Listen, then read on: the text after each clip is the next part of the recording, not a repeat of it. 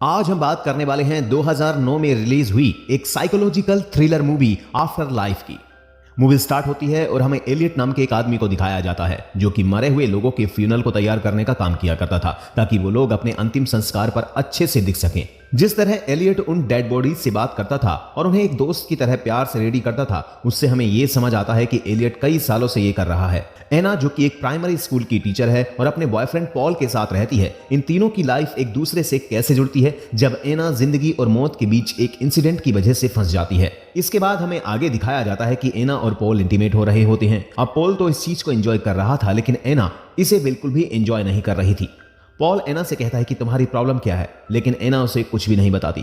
एना एक primary school में teacher होती है और यहाँ पर एक जैक नाम के बच्चे से इसकी काफी अच्छी दोस्ती होती है, लेकिन जैक का व्यवहार काफी ज्यादा मिस्टीरियस होता है। आगे हमें दिखाया जाता है कि एना अपने स्कूल में काफी अजीबोगरीब चीजों को एक्सपीरियंस करती है।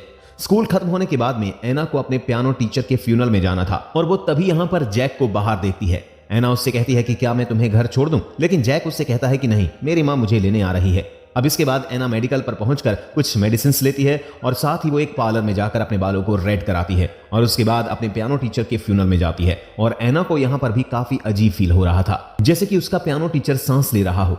अब क्योंकि यहाँ पर एलियट भी होता है और वो एना को ऐसी अजीबोगरीब हरकतें करते हुए देख लेता है।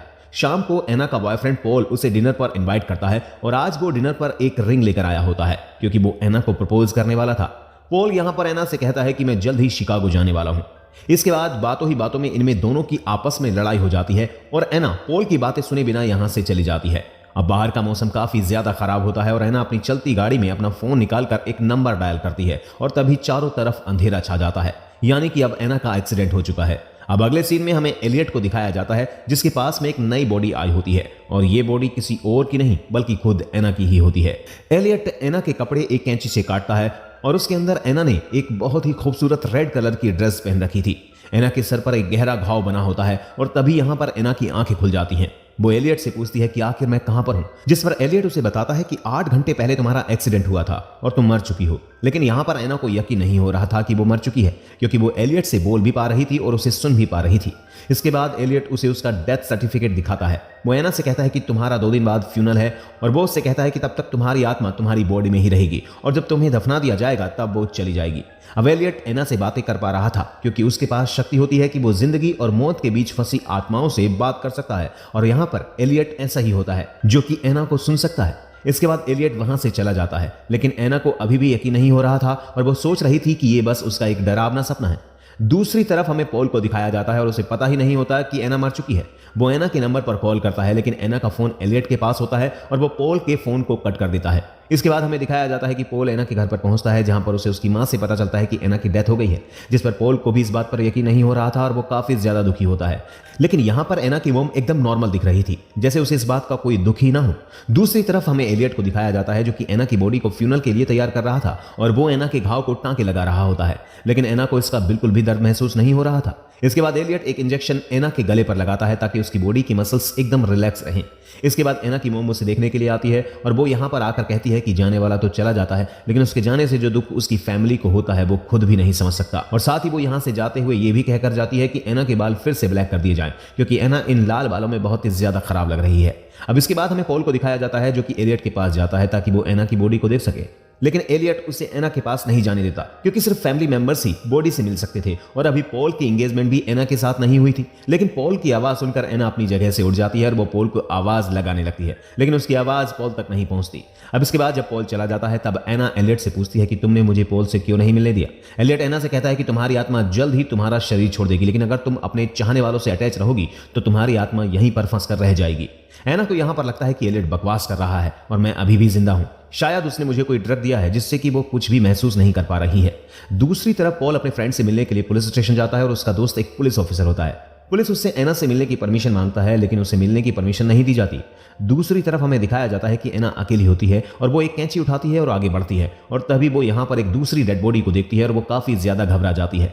इसके बाद वो एलियट के आने का इंतजार करती है ताकि वो उसके ऊपर हमला करके यहाँ से भाग जाए, लेकिन एलियट एना के हमले से बच जाता है और वो एना को फिर से बताने की कोशिश करता है कि वो मर चुकी है, लेकिन एना ये बात मानने के लिए तैयार ही नहीं थी क्योंकि उसकी अभी भी सांसें चल रही होती हैं।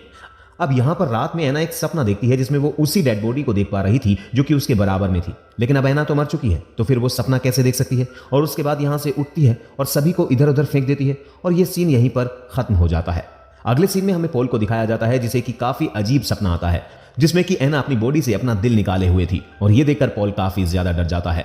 अब दूसरी तरफ हमें एलियट को दिखाया जाता है जो कि एना के पास होता है और वो अपनी कार में फ्यूल डलवाने के लिए जाने वाला होता है, लेकिन एना उसकी जेब से चुपके से रूम की चाबी निकाल लेती है और उसके बाद एना सीधे एलियट के ऑफिस में पहुंच जाती है जहां से वो पॉल को कॉल करती है और वो उसे बताती है कि मैं अभी तक जिंदा हूं। लेकिन पॉल को लग रहा था कि कोई एना बनकर उसके साथ मजाक कर रहा है और इसलिए वो फोन को कट कर देता है। अब इस चीज से एना काफी ज्यादा गुस्सा होती है और तभी यहाँ पर एलियट भी पहुंच जाता है।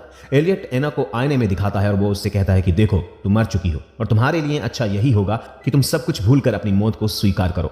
लेकिन एना नोटिस करती है कि उसकी सांसों से आईने पर भाप जम चुकी है जिसे कि एलियट चुपके से साफ कर देता है। अब यहाँ पर नीचे एना का वही फेवरेट स्टूडेंट जैक खड़ा होता है और वो यहाँ पर एना को देख लेता है। एना अब ये बात मान लेती है कि वो मर चुकी है, इसलिए वो एलियट का साथ दे रही थी। आगे एलियट एना के रेड बालों को फिर से ब्लैक कर देता है। अब इसके बाद एना सपने में पॉल को दिखती है, लेकिन वहां पर एलियट होता है। अब एना एलियट से पूछती है कि क्या मेरी मॉम मेरी डेथ पर रोई थी, जिस पर एलियट एना को बताता है कि तुम्हारी मां तुम्हारी डेथ पर बिल्कुल भी नहीं रोई। इसके बाद एना एलियट से पूछती है कि क्या पॉल मेरी डेथ पर रोया था, लेकिन यहाँ पर एलियट उससे झूठ कह देता है कि पॉल भी नहीं रोया था। और अब ये बात सुनने के बाद एना बहुत ज्यादा दुखी होती है और इसके बाद एलियट उसे एक ड्रग का इंजेक्शन दे देता है। दूसरी तरफ पॉल एना के स्कूल में पहुंचता है जहां पर वो उसकी चीजें लेने के लिए गया था।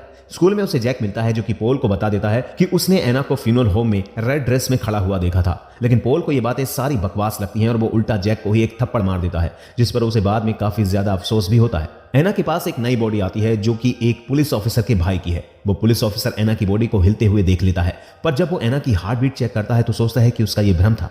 वहीं पॉल एक बार और कोशिश करता है पुलिस की मदद लेने की, ये कहकर कि सिर्फ पल्स चेक करके एना को डेड बताया गया था और ऐसा एक ड्रग भी है जो कि कुछ देर के लिए इंसान का पल्स रोक देता है। एक बार को उसका दोस्त कन्विंस हो जाता है, पर वो पुलिस ऑफिसर कहता है कि उसने चेक किया था, एना की हार्ट बीट नहीं चल रही थी।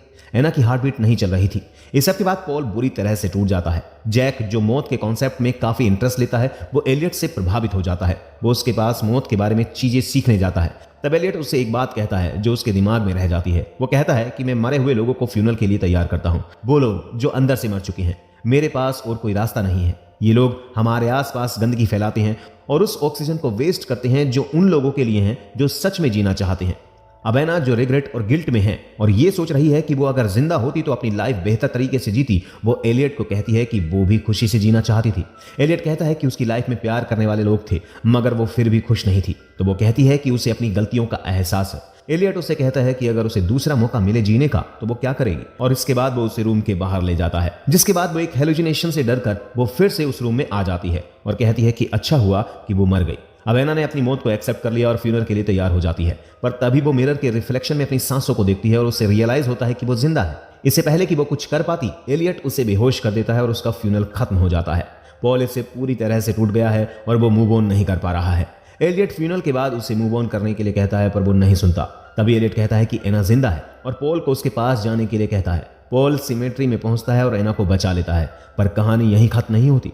पॉल आंखें खोलता है तो वो एलियट के बेसमेंट में होता है और ये सब उसका एक हेलुसिनेशन था। पॉल कभी सिमेट्री में पहुंचा ही नहीं था। रास्ते में एलियट ने उसका एक्सीडेंट बिल्कुल वैसे ही करवा दिया था जैसे एना का करवाया था, और ये सब कुछ वो पॉल को बताता है। वो पॉल को ये भी बताता है कि वो अंदर से मरे हुए लोगों को एक और मौका देता है जिंदगी जीने का, और देखना चाहता है कि वो चेंज होते हैं या नहीं। और जब वो चेंज नहीं होते तो एलियट उन्हें मार देता है, और ये ही अब वो पॉल के साथ करने वाला है। एलियट पॉल को अपने पूरे प्रोसेस के बारे में बताता है, कैसे उसने ड्रग्स देकर उन दोनों को मरा हुआ दिखा दिया और कैसे हेलुसिनेशन क्रिएट किया। ये सब बताने के बाद वो पॉल को भी फ्यूनरल के लिए तैयार करता है, और जैक जो एलियट से पूरी तरह से प्रभावित है ये सब देख रहा है, और शायद फ्यूचर में वो भी शायद एलियट जैसा ही एक सीरियल किलर बन जाएगा।